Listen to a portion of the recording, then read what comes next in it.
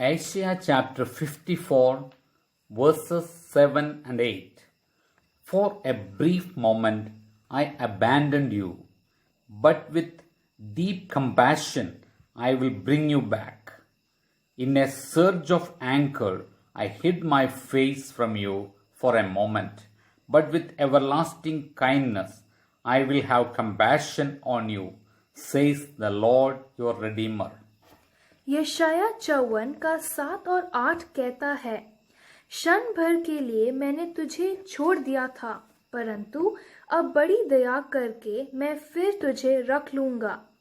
क्रोध के आवेग में आकर मैंने पल भर के लिए तुझसे मुंह छिपाया था, परंतु अब अनंत करुणा से मैं तुझ पर दया करूंगा।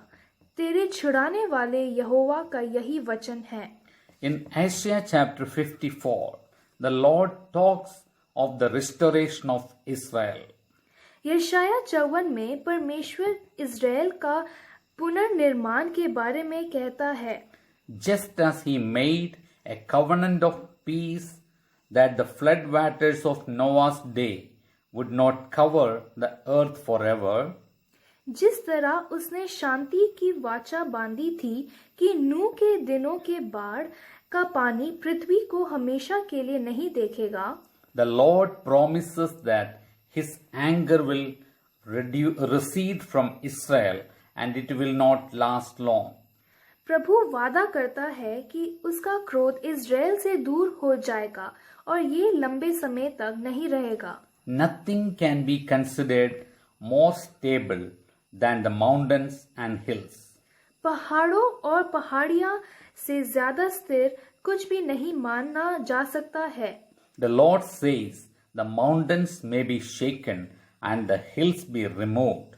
परमेश्वर कहता है कि पहाड़ हिल सकते हैं और पहाड़ियां हटाए जा सकते हैं, But his loyal covenant of love and his loving kindness for his people will remain.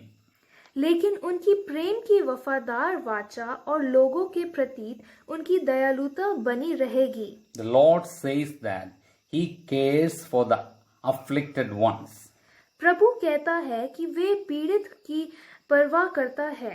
For those who are tossed with tempest, for those who are not comforted. उन लोगों के लिए जो तड़पते हैं और उन लोगों के लिए जिन्हें सांत्वना नहीं दिया जाता। He reassures that he will build them up again. वे आश्वस्त करता है कि वे उन्हें फिर से बनाएगा।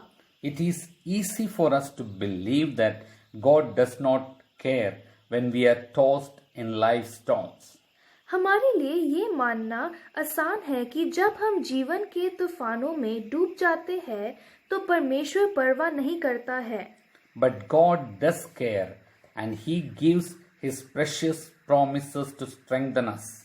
लेकिन परमेश्वर परवाह करता है और वे हमें मजबूत बनाने के लिए अपने अनमोल वचन देता है। He lavishes upon the hurting and the afflicted his boundless riches of grace, mercy and peace. वे दुख और पीड़ित के ऊपर शांति, अनुग्रह और दया के अपने असीम दान को खर्च करता है। God gives his precious assurance not only for us but quiets our fears as his children. परमेश्वर न केवल हमारे लिए अपना कीमती आश्वासन देता है, बल्कि अपने बच्चों के रूप में हमारे दर्द को शांत करता है। In verse 13, he says that great will be our children's peace. वचन 13 में वह कहता है हमारे बच्चों की शांति महान होगी। What consoling words! क्या सांत्वना के शब्द है। Next, he promises protection and security to his children. इसके बाद वे अपने बच्चों को सुरक्षा और बचाव का वादा करता है। They need not have any fear. उनको डरने की कोई जरूरत नहीं। The sovereign Lord who created the blacksmith, who created the destroyer to destroy, also has the power to protect. वो महान परमेश्वर जिसने लुहार के निर्माण किया, जिन्होंने विनाश करने के लिए विनाशक बनाया, वो रक्षा करने की शक्ति को भी रखता है। He promises that no weapons forged against his servants will prosper. उसने वादा किया है कि उनके चेलों के खिलाफ कोई भी हथियार सफल नहीं होगा। He takes away the weapon out of the hands of the enemies of his servants. वो अपने चेलों के दुश्मनों के हाथ से उन हथियारों को छीन लेता है। He even protects his people from criticism.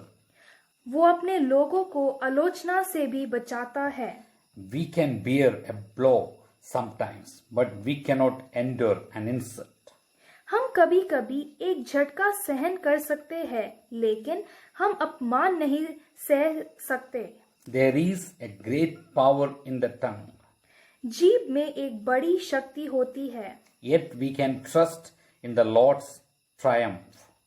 फिर भी हम परमेश्वर की विजय पर भरोसा कर सकते हैं। Dear friends, these are not blanket promises for any church goer.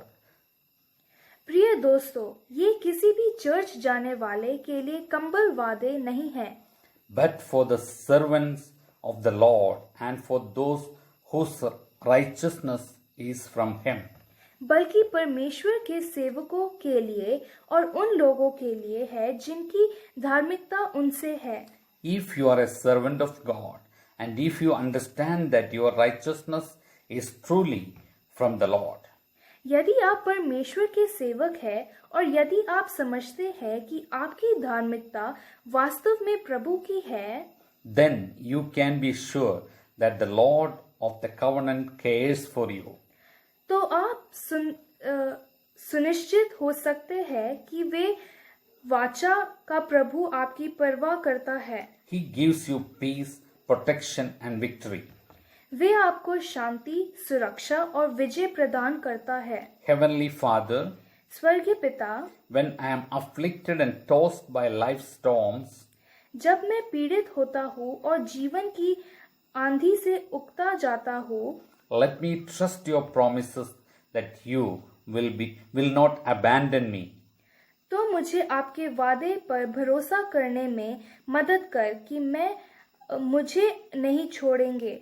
You have made a covenant that you will protect me and my children.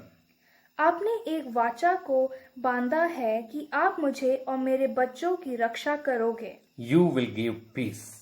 आप मुझे शांति दोगे। I inherit these promises as I am your humble servant. मैं इन वादाओं को विरासत में लेता हूँ क्योंकि मैं आपका विनम्र सेवक हूँ। In Jesus' name, Amen. यीशु मसीह के नाम में आमीन। Isaiah chapter